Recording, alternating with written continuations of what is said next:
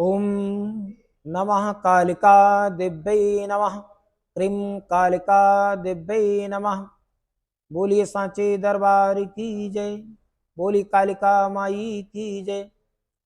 आज मैं सप्तम दिवस के पूजा की विधि आप लोगों को बताऊंगा कि वैसे तो सभी माताएं और सभी देवियां हमारी पूजनीय हैं और श्रेष्ठ हैं। सबकी पूजन किया जाता है, सबके पूजन का विधि भी श्रेष्ठ है, लेकिन जिसमें काल रात्रि सबसे श्रेष्ठ होती है। जो सप्तमी की रात को हम पूजा करते हैं, वो पूजा सबसे अलग क्यों है और सबसे महत्वपूर्ण क्यों है?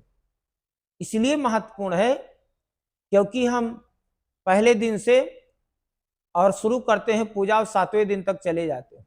अष्टमी को हम बहुत लोग कंजक वगैरह खिलाते हैं। अष्टमी इसलिए महात्मा है कि माँ गौरी की रात्रि है और उस दिन माताएं, बहुत से लोग अलग अलग प्रांत में अलग अलग तरह की पूजा होती है। इधर उत्तर प्रदेश, बिहार, बंगाल इत्यादि में 9 देवियों की पूजा होती है, 9 दुर्गा की पूजा। पंजाब साइड में 8 ही देवियों की पूजा होती है, इसलिए अष्टमी लोग करते हैं। उधर भारत में, आधे भारत में 9 दुर्गा मनाई जाती है। लेकिन 7वें दिन की पूजा इसलिए श्रेष्ठ है क्योंकि उस दिन माँ काली की पूजा होती है, जिसको कालरात्रि कहा गया। जो घर में अपने किसी के कोई ऐसी बाधा है, दिक्कत है, कोर्ट है, कचहरी है, परिवार से दुश्मनी है, शत्रुता है, लोगों को परेशानी रहती है, तो माँ काली की आराधना करें। 7वें रात्रि में काली की पूजा करना चाहिए और बहुत छोटा सा मंत्र है, ओम क्रीं कालिका दिव्यै नमः। और इसके बाद अगर कोई और बड़ा मंत्र जानना चाहता है, ओम क्रीं क्रीं धूं धूं क्रीं क्रीं कालिका दिव्यै नमः, इस मंत्र का भी जप कर सकता है। उसके जितने भी जटिल से जटिल कार्य होंगे, कोई उसका बिगड़ा हुआ काम होगा, कोई उसका घर का, मकान का, परिवार का, इसी प्रकार कोई वाद विवाद होगा, अगर वह 40 दिन तक इस अनुष्ठान को करे और या 7वें रात्रि को पूरी रात दीप जलाकर और हवन के रूप में यज्ञ के माध्यम से इसकी पूजन करे या करवाए, तो उसकी सभी बाधाएं अपने आप समाप्त हो जाएंगी। कालरात्रि इसलिए श्रेष्ठ है क्योंकि माँ कालिका तामसी है और 9 दुर्गा में, जैसे हम 9 दुर्गा है पर 9 की पूजा नहीं करते हैं, विशेष करके हम गौरी की पूजा करते हैं, लक्ष्मी की पूजा करते हैं, सरस्वती की पूजा करते हैं, उसी प्रकार माँ कालिका देवी भी है। काली पूजा करने के लिए 7वीं रात्रि बहुत श्रेष्ठ है। 9 दुर्गा में जो भी पूजन करते हैं, जितने लोग भी व्रत करते हैं, सभी का देखो अलग अलग मत है। बहुत से वीडियो बनाए जाए, बहुत से बातें बताए जाए, सब लोग बनाते हैं अपनी जगह, बहुत वो ठीक है, बहुत अच्छा भी लगता है, लेकिन लोगों को सुनने का लिए और करने के लिए भी समय होना चाहिए।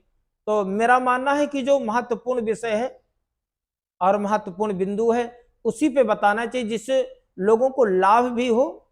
और बहुत चीज बताने से लोगों से हो भी नहीं पाता है, कर भी नहीं पाते हैं। इसलिए मैं सभी को बता रहा हूं कि 9 दुर्गा की पूजा करें, लेकिन विशेष करके कालरात्रि की पूजा जरूर करें। 7वें रात्रि में काली की पूजा करना है तो आप चाहे दीपदान करके, जो जला करके, चाहे काली मंत्र का जप करें। और सबसे श्रेष्ठ है कि अगर विशेष कार्य के लिए आपको कोई करना है, कोई संकल्प करना है, तो क्रीं कालिका दिव्यै नमः इस मंत्र का जाप करें और हवन करें। जो भी आप करेंगे निष्ठा पूर्वक आप करेंगे तो आपका कार्य अवश्य पूर्ण होगा, क्योंकि नवरात्रि में 9 देवियां श्रेष्ठ हैं, लेकिन कालरात्रि का विशेष महत्व है। इसलिए रात्रि को उनका पूजन करना चाहिए, रात्रि को ध्यान करना चाहिए और फिर कालिका देवी की पूजन करना चाहिए, क्योंकि हमारे वैदिक काल से चला आया है कि काली जिस दिन 7वें रात्रि होती है, उस दिन हम नींबू की या कद्दू की, सीताफल की या नारियल की या किसी अनन्य वस्तुओं की हम बलि देते हैं। क्योंकि 7वें रात्रि में इसलिए बलि देती हैं क्योंकि वो रात्रि सबसे महत्वपूर्ण होती है और किसी भी पूजा के बाद कभी भी किसी देवी देवता को बिना बलि के पूजा पूर्ण नहीं होता है। तो इसका मतलब ये नहीं किसी जीव की हत्या करना है। आपको सीताफल की या नींबू की या केले की या जायफल की बलि भी बहुत श्रेष्ठ होती है। इसलिए सातवें रात्रि में जो माँ कालरात्रि की पूजा करें, विशेष कामना जिसके पास है, जिसका कोई कार्य ना बनता हो, वो निश्चय ही विश्वास के साथ काली की पूजा करें, सातवें रात्रि में यज्ञ करें और वह पूजा से आपको समस्त फल प्राप्त होंगे। और संसार की कोई भी दुर्लभ वस्तु हो जो आपको प्राप्त ना हो जाए, आपकी सभी प्रकार की मन इच्छित फल प्राप्ति होती है। इसी के साथ सभी को जय माता दी। बोलिए साची दरबार की जय।